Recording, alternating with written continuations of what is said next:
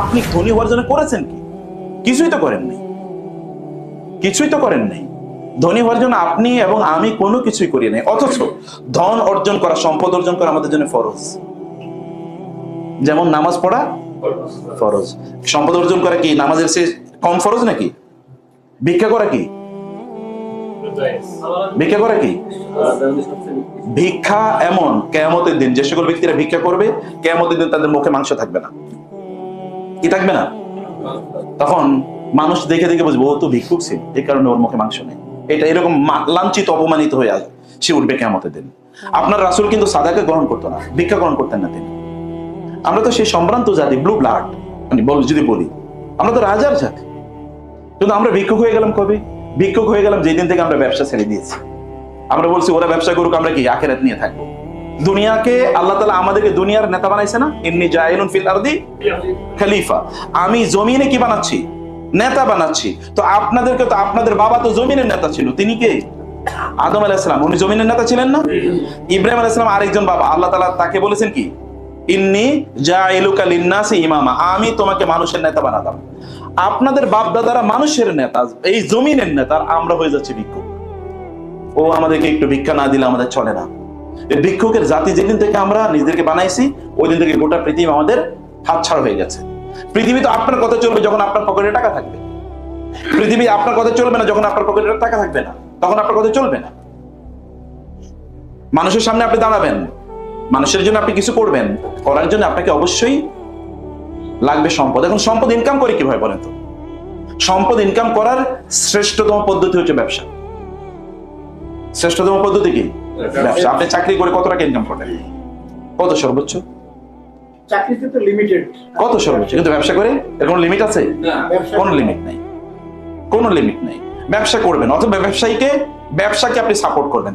সবাইকে ব্যবসা করবে তা করবে না, কিন্তু ব্যবসার প্রতিষ্ঠানগুলোকে কি করতে হবে? সাপোর্ট করতে হবে। এবার আমি তাহলে এক নম্বর কথায় গিয়েছি যে আমাদেরকে প্রচুর পরিমাণে ইনকাম করা লাগবে, প্রচুর ইনকাম করা লাগবে।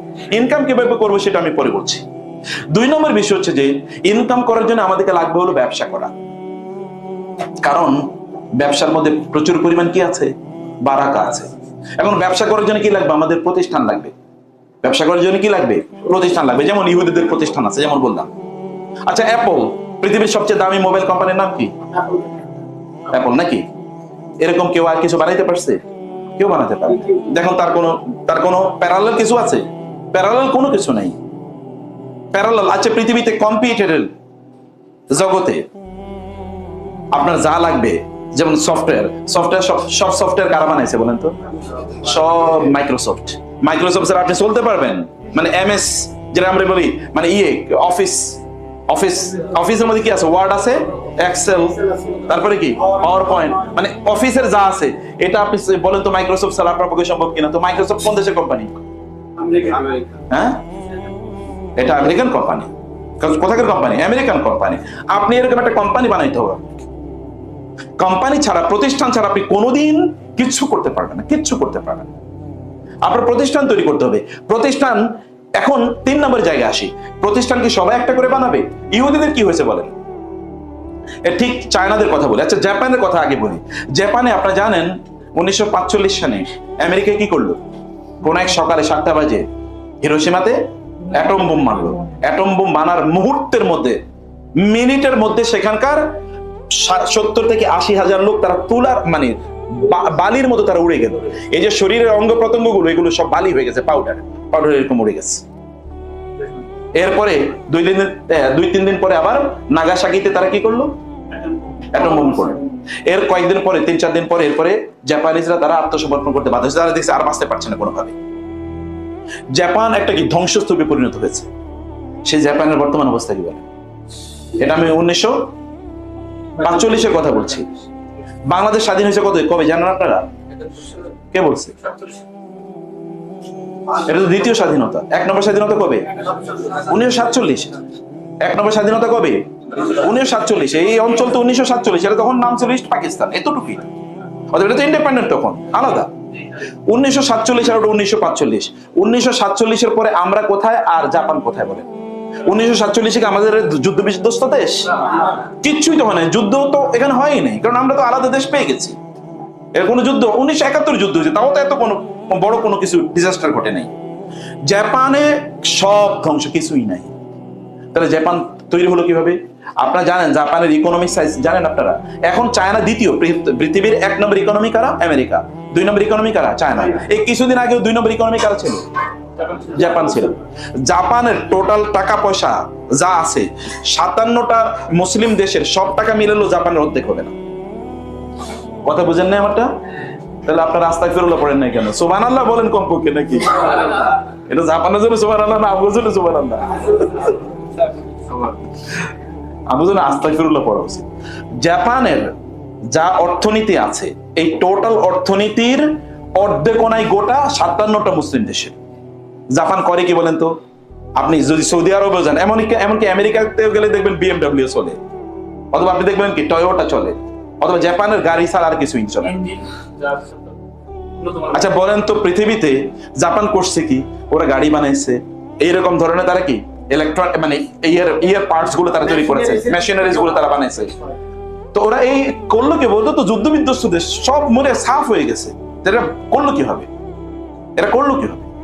এরা তখন জাপানের পরবর্তী গভর্নমেন্ট যারা, সরকার যারা আসছে, অথবা এরকম কিছু লোক, যে আপনাদের মতো, আমাদের ফরিদ ভাইয়ের মতো এরকম কিছু লোক, তারা একত্রিত হয়েছে। তারা একত্রিত হয়ে তারা চিন্তা করলো কি করবে? কিছু লোকের তারা প্রশিক্ষণ দেবে। কোথায় প্রশিক্ষণ দেবে? লোক নাই, তারা পাঠালো আমেরিকাতে, যাও ওইখানে প্রশিক্ষণ নিয়ে আসে। ইউরোপে যাও, ওইখানে প্রশিক্ষণ নিয়ে আসে। রাষ্ট্রীয় দেশের কিন্তু অর্থনৈতিক অবস্থা খুবই খারাপ, কিন্তু কিছু টাকা পয়সা যা আছে এটা দিয়ে একজনের পাঠালো, যাও ওইখানে যাও, গিয়ে সেখান থেকে ট্রেনিং নিয়ে আসে। ট্রেনিং নিয়ে আসার পর তোমাকে আমাদের টাকা দিয়ে পাঠিয়েছি, তোমাকে আমার দেশে ফিরে আসতে হবে। তুমি ওইখানে থাকলে 10,000 টাকা বেতন পাইতে, আমরা তোমাকে 12,000 টাকা বেতন দেবো। ট্রেনিং তুমি নেবা, আমার টাকা দিয়ে তুমি ট্রেনিং নেবা, কিন্তু তুমি ফিরে আসবা, ফিরে এসে আমার এখানে চাকরি করবা, কিন্তু তোমাকে দেবো কত বেতন? ওইখানে যা পাইতে তার চেয়ে আমি তোমাকে 2,000 টাকা বেতন বাড়ায় যাবো, কিন্তু তোমার কাজ হবে চাকরি করা না। আমার এখানে এসে তুমি যা শিখছো এটা শিখাইবা অন্যদেরকে।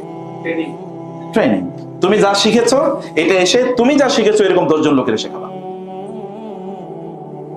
এই 10 জন আর 10 জন, এই 10 জন আর 10 জন, গোটা জাতি কি টেকনিক্যালি স্কিল, গোটা জাতি টেকনিক্যালি স্কিল। গত পরশু আমাকে একজন ইউনিভার্সিটির প্রফেসর বলছে, আমি যেহেতু ইউনিভার্সিটির প্রফেসর, তো একজন প্রফেসর বললো যে উনি একটা দোকানে গিয়েছে হলো ওষুধ কেনার জন্য। তো ওই দোকানের যে ওষুধ বিক্রি করে তার জিজ্ঞেস করলো কি, তোমাকে তো দেখতে স্মার্ট মনে হয়, পড়াশোনা করেছো কোথায়? বলো স্যার আমি একটা প্রাইভেট ইউনিভার্সিটি, খুব নামি দামি প্রাইভেট ইউনিভার্সিটি থেকে ফার্মাসিতে বিএসসি করেছে। ফার্মাসিতে, ফার্মাসিতে তুমি বিএসসি করছো, এখানে তুমি ওষুধ বেচো, ওষুধের দোকানে বসে বেতন পাও কত? বলে স্যার 15,000 টাকা। তো তুমি এরকম চাকরি করো, এটার জন্য তো ফার্মাসিতে পড়াশোনা করার প্রয়োজন নেই। বলে স্যার কি করবো, কোনো চাকরি পাই না তো, অতএব যেটা পাইছে এইটাই করতেছে। পড়েছে কোথায়? ফার্মাসিতে। ও তো এখন একটা ফার্মাসি, একটা কোম্পানি, ফার্মাকোলজি, ফার্মাসিউটিক্যাল কোম্পানি দেওয়ার কথা, কারণ ও তো পড়াশোনা করেছে কিভাবে হাউ টু ম্যানুফ্যাকচার মেডিসিন, কিভাবে ওষুধ বানাবে এটা পড়ার কথা, এটা সে শিখেছে, ওখানে পড়াশোনা করেছে। কিন্তু আইসা করতেছে কি? আপনি দেখেন যারা বিবিএ পড়ছে, আপনারা এখানে অনেকে হয়তো থাকবেন, পড়ছে বিবিএ, কিন্তু এখন গিয়ে হোটেলের ওয়েটার, অথবা ধরুন হোটেলে এমনি ওই যে ওষুধ ইয়ে লেখে, আগে ভাউচার লেখে, পড়েছে বিবিএ। তো বিবিএর সাথে ভাউচার লেখার কি সম্পর্ক? ভাউচার লেখার জন্য কি বিবিএ পড়ার প্রয়োজন আছে? তাহলে প্রবলেমটা কোথায়? স্কিল ডেভেলপ করে না, আমাদের ডেভেলপ করে নাকি স্কিল, মূলত স্কিলের অভাব। আপনাকে ডেভেলপ করতে হবে স্কিল, যেটা আপনার কাজে লাগবে। এই পড়া তো আপনার কাজে লাগে না, তাহলে আপনি কেন এই পড়া পড়ছেন? বা এই পড়ার পেছনে কেন এত ইনভেস্টমেন্ট? বাংলাদেশে প্রতি বছর 5 থেকে 7 লক্ষ ইউনিভার্সিটি গ্রাজুয়েট বের হয়, 5 থেকে 7 লক্ষ চাকরি আছে নাকি বাংলাদেশে? তাহলে এগুলো করবে কি? ওরাই তো তখন ফ্রাস্ট্রেশনে ভুগে, ওরাই তখন গাঁজা খায়, ওরাই তখন কি জোয়া খেলে, অথবা ওরাই তখন বিভিন্ন ধরনের অপকর্মে লিপ্ত হয়ে যায়। মূলত পড়াশোনাটা দরকার ছিল লাইফ ওরিয়েন্টেড, জীবনমুখী তার পড়াশোনাটা দরকার ছিল, যে এই পড়াশোনাটা তার কাজে লাগবে। এটা জাপানিজরা করেছে, যেমন একটা এক্সাম্পল বলছি। অতএব স্কিল ডেভেলপ মানে এদের দেখেন একটা কমিউনিটি ডেভেলপমেন্ট। 2 নম্বর বলি আমি, মানে ইহুদিরা, জানেন তো ইহুদিরা সংখ্যা কত জানেন? পৃথিবীতে প্রতি 1,000 লোকের মধ্যে 3 জন হলো ইহুদি। কতজনের মধ্যে? 3 জন। আর মুসলমানরা প্রতি 133 জন। মুসলমানরা প্রতি 100-তে কতজন? ইহুদিরা প্রতি 1000-এ কতজন? 3 জন। গোটা পৃথিবী চালায় কি ইহুদিরা না মুসলমানরা? 1000-এ 3 জন ওরা চালায়, আর আমরা 100 জনে 33 জন তাও আমরা চালাতে পারতেছি। তাহলে প্রবলেমটা কোথায়? স্কিলের অভাব। আরেকটা জিনিসের অভাব, তা হলো কি একটা কমিউনিটি অ্যাটাচমেন্ট। আমরা যখন, যেমন ধরেন আপনারা যখন কোনো এক জায়গায় চাকরি করবেন, তখন আপনি তো চিন্তা করবেন আমি এত কষ্ট করবো না, আমি কষ্ট করলে ফরিদ সাহেব লাভবান হবে, আমি কেন কষ্ট করবো?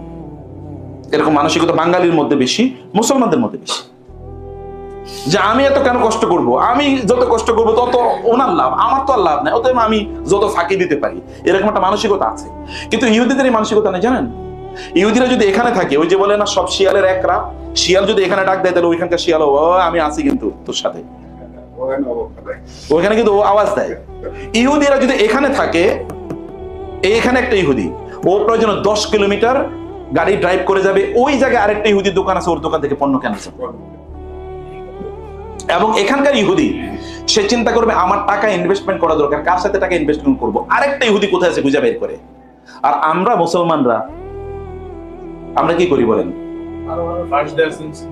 হ্যাঁ, আমরা তখন ওনার কিভাবে, উনি মুসলমান, ওনার কিভাবে ক্ষতি হবে, উনি কিভাবে ডাউন হবে, উনি উঠে যাচ্ছে, এটা হচ্ছে বানরের জাতির মতো। আপনি নিজেও করবেন না, অন্য কেউ করতে দেবেন না। আমাদের মেন্টালিটি এটা আমাদের মানসিকতা। কিন্তু মানসিকতা কি হচ্ছে? আপনি ক্ষতি করছেন কার? গোটা মুসলিম জাতির। নিজের তো করছেনই, গোটা মুসলিম জাতির ক্ষতি করছেন। আপনার একটা প্রতিষ্ঠান যদি লিভার ব্রাদার্স এর মধ্যে তৈরি হয়ে যেত, অথবা একটা অ্যাপলের জন্য, অথবা একটা IBM এর জন্য মতো যদি একটা প্রতিষ্ঠান তৈরি হতো, তাহলে গোটা বিশ্বের মুসলিমরা এর জন্য গর্ব করতো। গোটা পৃথিবীর মুসলমানরা কি অর্থনৈতিকভাবে তারা শক্তিশালী হয়ে যেত, অর্থনৈতিকভাবে তারা শক্তিশালী হয়ে যেত।